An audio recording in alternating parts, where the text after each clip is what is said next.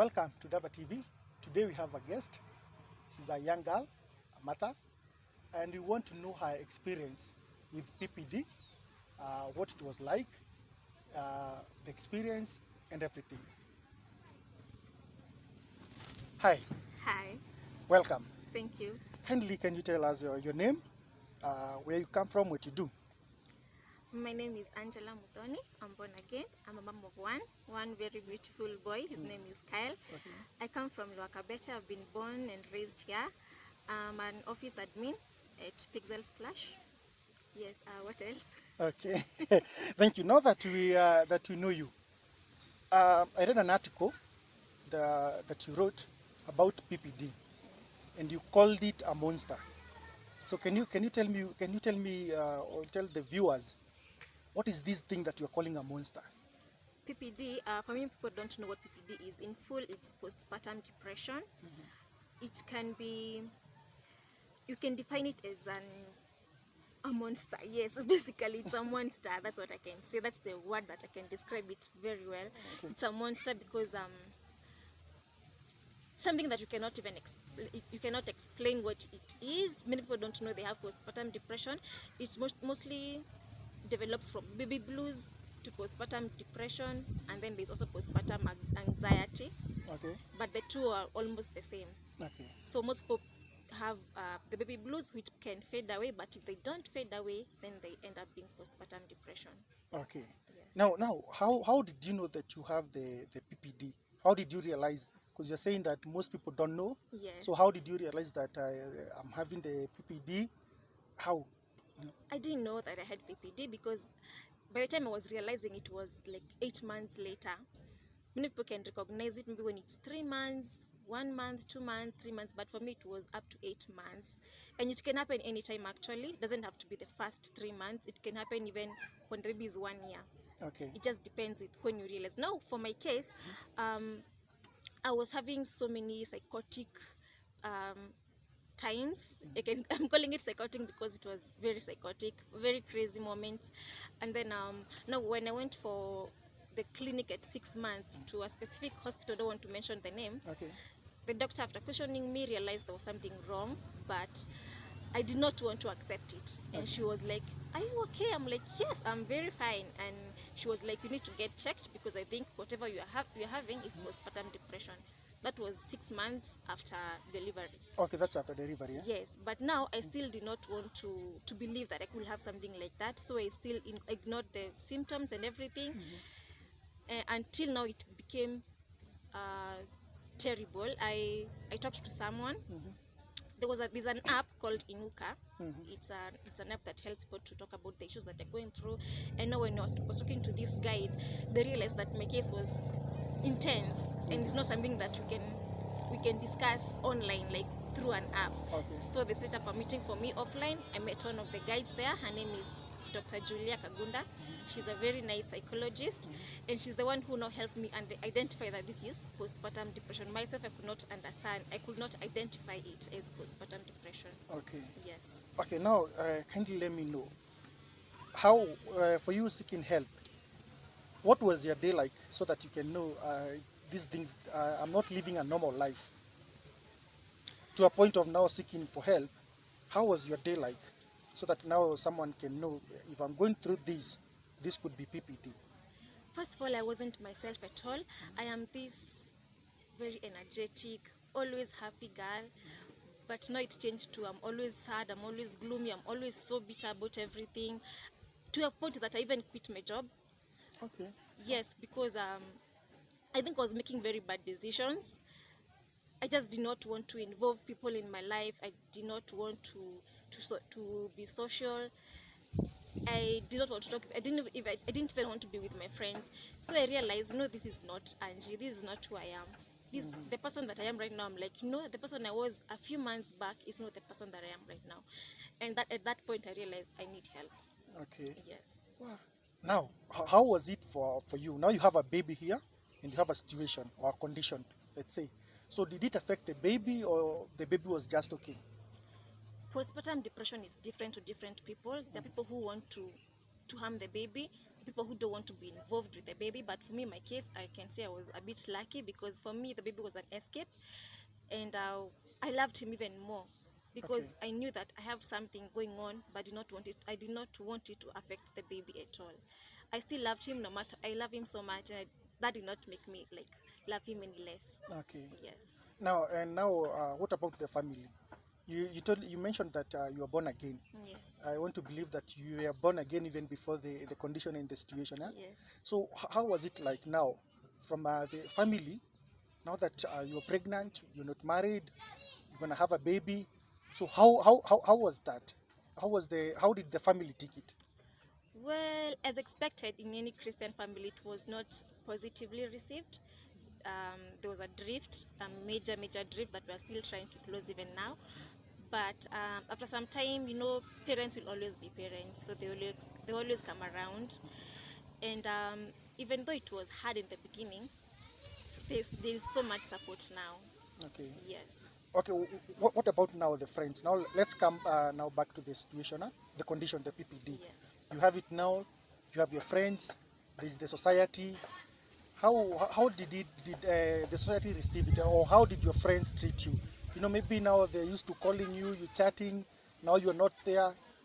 Did anyone realize that there is something wrong with you, or they just thought, just want to have your peace? How did they take it?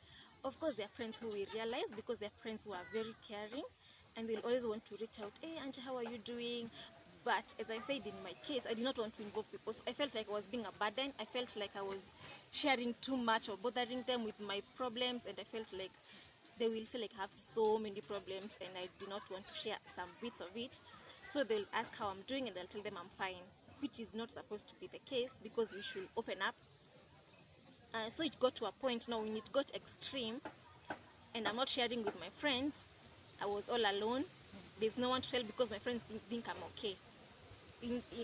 While in this case, I'm not okay at all. But I have friends who are very supportive. My friends are very supportive, and I actually feel bad that I did not open up enough. Okay. Yeah.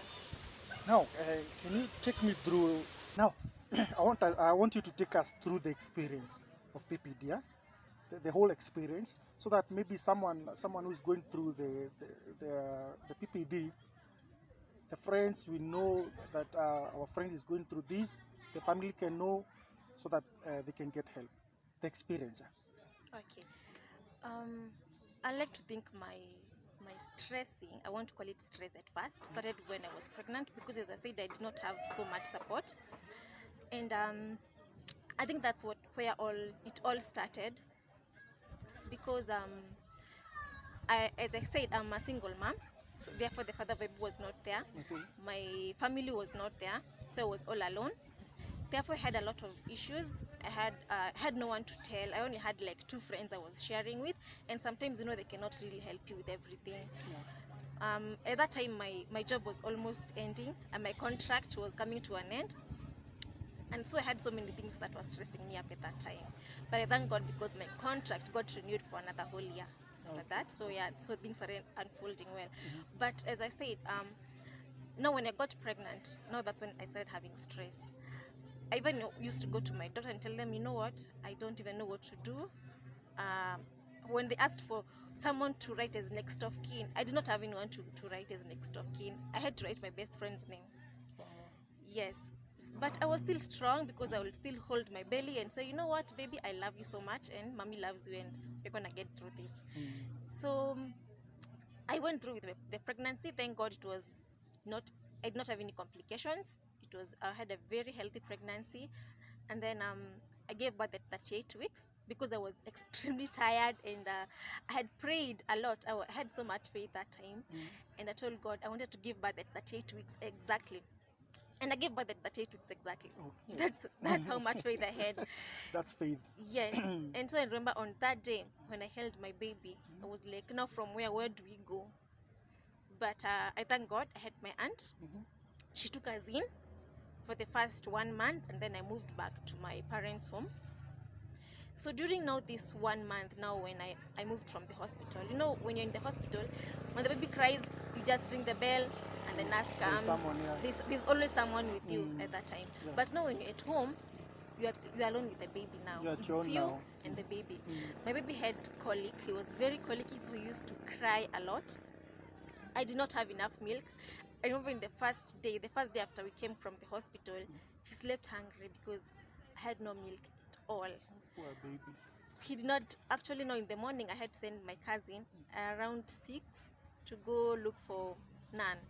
No, the formula milk. Yes, and there's no supermarket that is open at 6 a.m. Of course. There's none. Unless it's 24 hours. Yes, Yeah. so it was a very hard time. That first night after coming from the hospital was a very hard time, and that's how it was for like a whole month. The baby was crying. I don't have milk. Then the naan, you have to prepare it at that time. You cannot prepare it in advance Yeah, you have to prepare it when he needs it. when he needs it. So when he Yeah. starts crying, that's when you're like, oh, I need to prepare the milk now. And he was very fussy. It was terrible. The first 1 month, you're trying to get used to being a mom. You're trying to get used to having a small baby with you. You have so many things going on in your mind. When you're pregnant, you have all the good hormones. Your face is glowing, you are all happy, and then once you deliver, they all drop. No, your hormones are like this. You have dropped. Your baby is there. He's crying all the time. You don't even know. He cannot talk. Yeah. So you don't know whether he has wet his diapers, whether he's hungry, whether he's sleeping. It's for you to guess when he It's cries. for you to guess. So you have to do all those things before you realize what is happening. Yeah. So and then I did not want to have anyone around. It was very weird because when someone will tell me I want to come see the baby, and like, no, I don't want visitors. I'm still trying to get used to having a baby around. But sometimes you cannot push away everyone, like of course. friends and family, close friends. They'll come see the baby. Now when they come, I don't want them to leave. Oh, you didn't want them to come, but Yes. now that they are here, I don't want them to leave. leave. Yes, when they're leaving, I'm like, no, don't go, just stay a little bit longer. Because now once they leave, you realize now you're alone with the baby.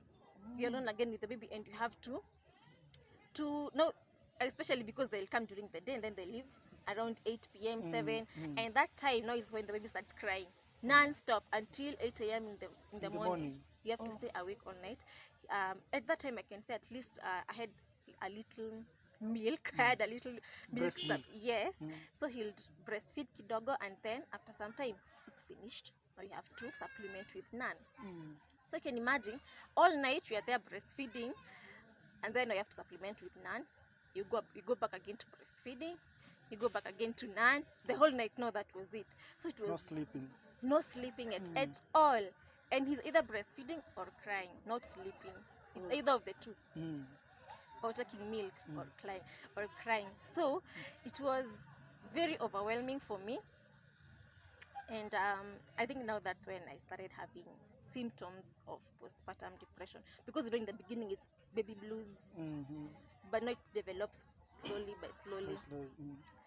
And then now I'm luckily moved back home to my parents' house. Now my mom is very supportive, and I went back to my workplace. I continued well, but then you realize that when now the baby is growing, I did not want to be home. I want to be working all the time. I don't want to come back home. You don't want to go home to your baby. I don't want to go back home to my baby because I'm like, no, when I'm there, he's just going to be crying. I'll just be looking at him and I'm feeling like I'm not enough for him. You feel like, when I hold him, all I'm thinking about is like, I'm not giving him the best I can. Like I could be doing better than this. In short, you are afraid to face the baby. Yes, I'm afraid to face him. But in my mind, I'm like, I love him so much. I want him to see me there, but I don't want him to see me like I'm not giving him the best that I can. So it got to a point now when I'm at home, I'm just crying. Just when I see him, when he wakes up, I'm just crying. And then now, after like around 3 months were over, my milk supply was done. There was no more milk. No more milk for the baby. No more milk for the baby. And now, since now there is no more milk, he also won't breastfeed nothing, I know.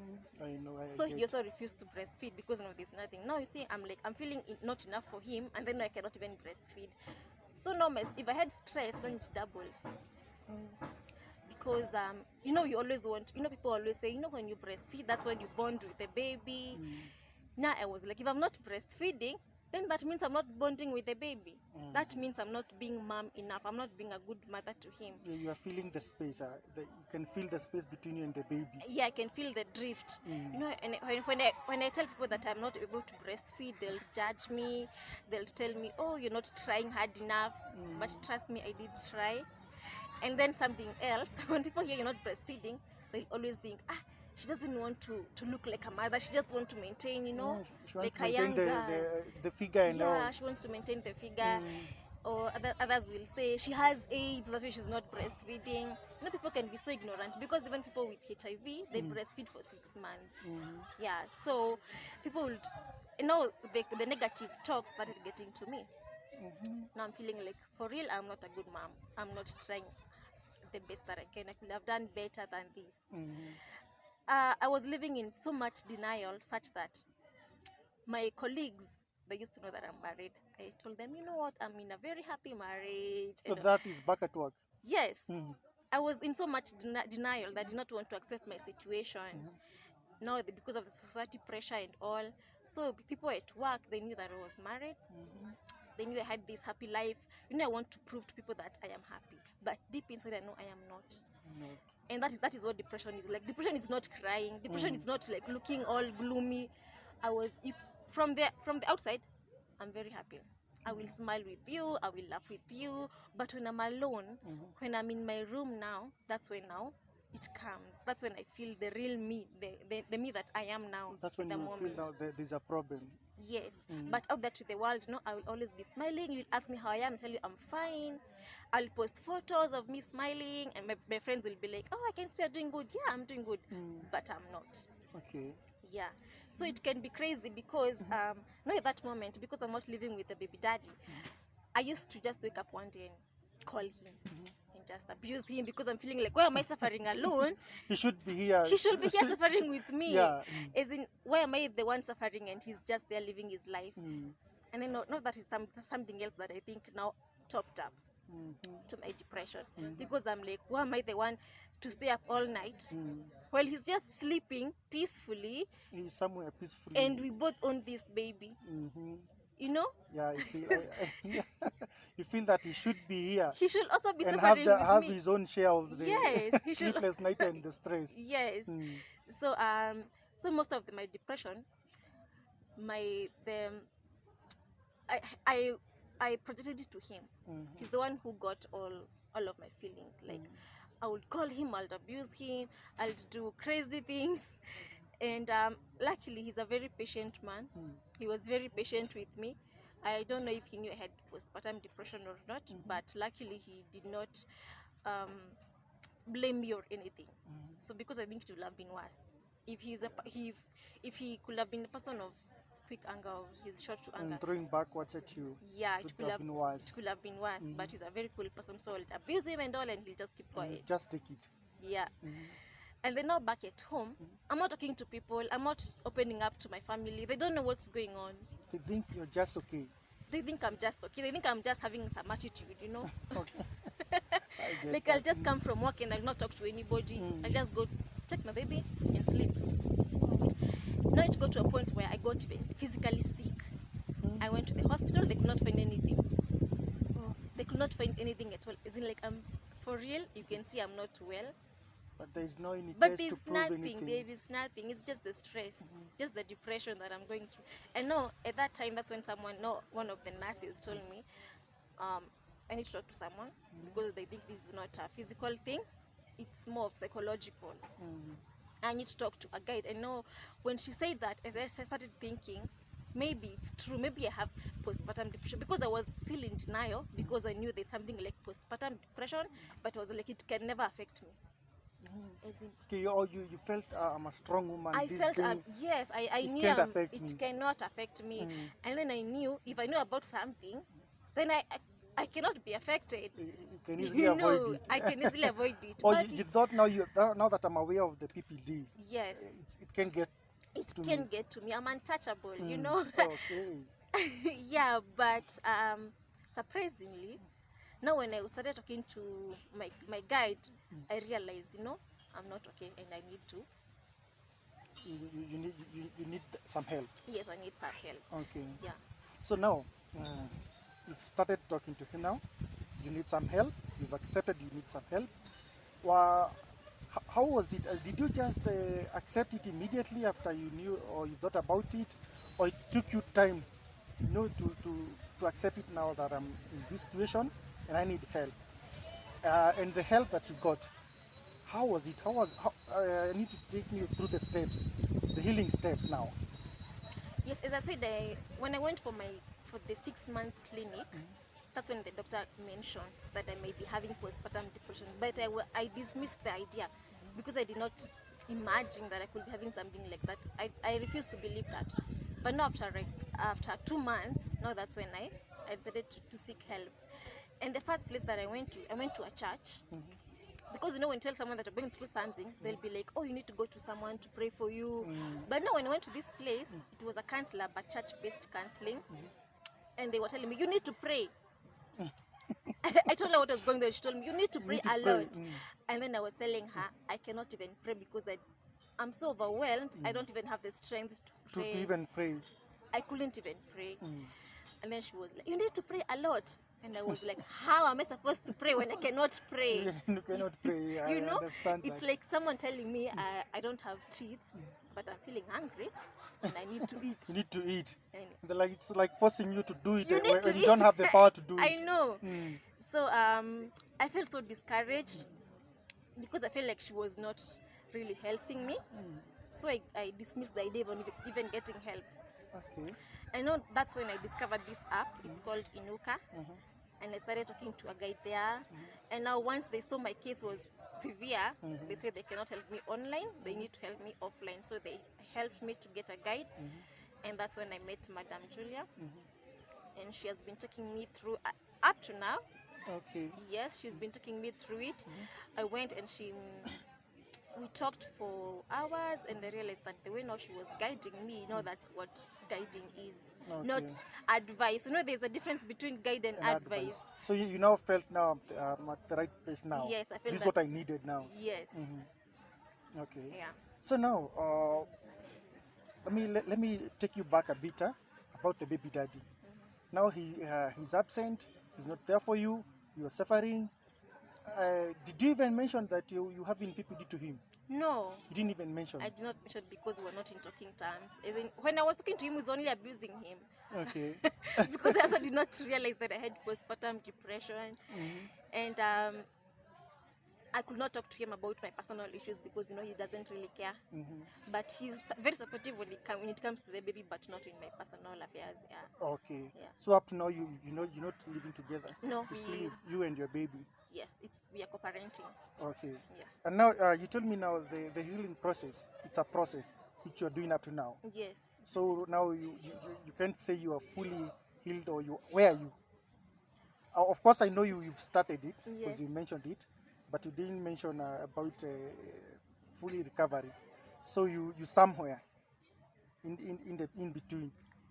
I can say when you divide the process into 8 parts, I can say I'm 7/8. 7/8. Yes. So you're almost there. I'm almost there. And now you can talk about it now. I can talk about it without crying. Actually, I'm even surprised that I can talk about it without even crying, because if it was before that, I could not even say one word without crying. Yeah. Okay. And that's how you know you're healed. Okay. When you can talk about something and not really, not even crying. Yeah. Okay. Now tell me, what are the things that you learned all through this experience? Some things you learned, maybe things that you can use or someone else can prevent the PPD. Is there anything like that? First of all, you need to identify, according to my guide, you need to identify what triggers you. You need to identify what makes you feel so overwhelmed. You need to identify what makes you feel sad. And also, it's okay to be sad. It's okay to cry. It's okay to feel sad, but it's not okay to not talk about it. You need to be able to tell others what you're feeling so that they can be there for you. Okay. Because for me, I kept quiet. I did not want to talk to people because I felt like I was being bothersome. And that was the main problem. Because if I had talked about it, when you talk about a problem, it's half solved. Yeah. But now when you keep quiet, it keeps building up. It keeps building up all the time. It keeps building up until one day you explode. So for anyone who's going through anything, if you feel like, sometimes I used to have this flash flash thoughts. Like when the baby is crying, and I'll have these flash thoughts of me throwing him to the wall and he crashes so he can stop crying, you know. But and then I'm like, no, I would never do that. As in just a thought, just a random thought. Or other times I'll just dream of maybe me strangling him Oh my. so that he can just keep quiet because he's crying too much, you know.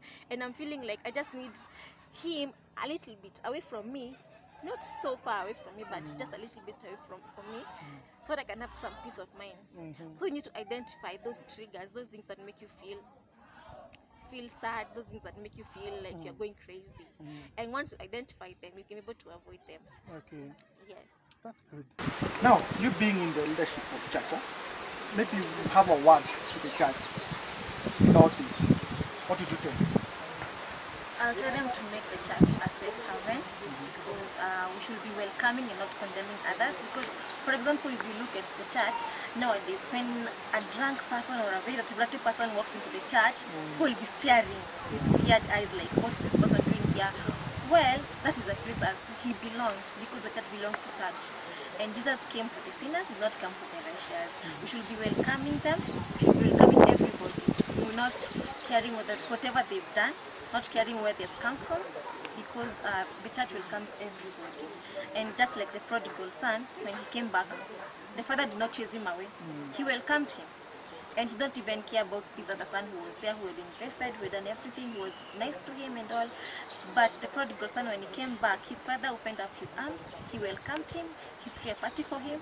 And that is what the church should be, welcoming each and every person, despite who they are, whatever they've done, whether they are sinners, despite their mistakes, we should welcome them and let them feel that they're in the right place. Okay. Now I want you to advise there's a young lady somewhere, a single woman, a single mom, having a baby. The baby dad is not there, the family is not there maybe. The society is judging, everyone is judging her. Now she's wondering now, how am I going to come out of this situation? Talk to that young lady. First of all, society will always judge you. Whether you're doing right or wrong, people will always talk. They talked in my case and now they kept quiet. You know, they were like, oh, this is a church girl, she got pregnant before getting married. No, they're like, oh my God, you're so beautiful, you're so lucky, you're so blessed of a baby. As in, why the double standards? That shows society will always talk. They always want to talk. We know you are given more to talk, so they will always want to talk. So don't mind about what people say. Don't care about what they say. Live your life. Also, it gets better with time. I'm not going to say that it's easy. It's not. But it gets better with time. And these kids, they give us the strength to keep moving. They give us the strength to push forward. And that baby should be a source of inspiration, because you want to give them a better life. Because I have seen many young moms who have given up, they've committed suicide and all, but that's not the solution, because once you do that, you're transferring the pain out to your kid. Would you rather have the pain or leave it to your baby? Have your baby, dealing with your pain. I know, because now when you give up, you're not giving up for yourself, you're giving up for the baby. And you're leaving them with a scar that will never heal. So you'd rather just keep pushing and keep trusting in God, because things get better with time. And even if the father is not there, there are many of us who are brought up by single moms, myself included, and we are doing good. We are okay, yeah. So it's good to know that they can do it. They can do it, yeah. They're not the only ones. There are so many people out there, and it gets better. I mean, if it gets overwhelming, talk to someone. People will leave you, even your family can leave you, but God will never leave you. Always trust in God.